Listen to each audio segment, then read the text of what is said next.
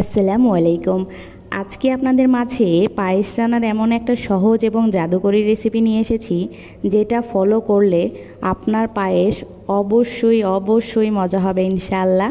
তো চলুন আর দেরি কিসে। তো এর জন্য আমি প্রথমে 1 লিটার দুধ নিয়েছি। দুধটা ভালোভাবে জাল দিয়ে নিতে হবে। আমি 1 ফোঁটাও পানি ব্যবহার করিনি। তো এর মধ্যে দিয়ে দিয়েছি হচ্ছে তেজপাতা, এলাচ আর দারচিনি দিয়ে অনবরত নাড়তে হবে। যখন দুধটা ফুটে যাবে এর মধ্যে দিয়েছি আমি হচ্ছে পোলাওয়ের চাল। এটা আমি ধুয়ে রেখেছিলাম আগের থেকে, 2 মুঠ পরিমাণ দিয়ে দিয়েছি। তো তারপরে দিয়ে দিয়েছি বাদাম কুচি, দিয়ে নাড়াচাড়া করতে হবে। আপনি চাইলে হচ্ছে কিশমিশও ব্যবহার করতে পারেন, আমার কাছে ছিল না এজন্য আমি ব্যবহার করিনি। তো অনবরত নাড়তে হবে, নাড়তে নাড়তে দেখবেন কালারটা চেঞ্জ হয়ে এসেছে। এ সময় দিয়ে দিতে হবে স্বাদ মতো চিনি। আপনি যদি বেশি মিষ্টি পছন্দ করেন আর একটু বাড়িয়ে দিতে পারেন।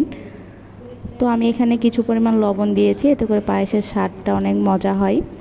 তো এই তো দেখতে দেখতে কিন্তু আমার পায়েস রান্না মোটামুটি শেষ। এই থিকনেসে আপনারা রাখবেন, এতে করে ঠান্ডা হলে আপনার পায়েসটা খেতে অনেক মজা হবে। তো আমি উপরে কিছু বাদাম কুচি ছিটিয়ে পরিবেশন করে নিচ্ছি। আজকের রেসিপিটা কেমন লাগলো অবশ্যই কমেন্ট করে জানাবেন।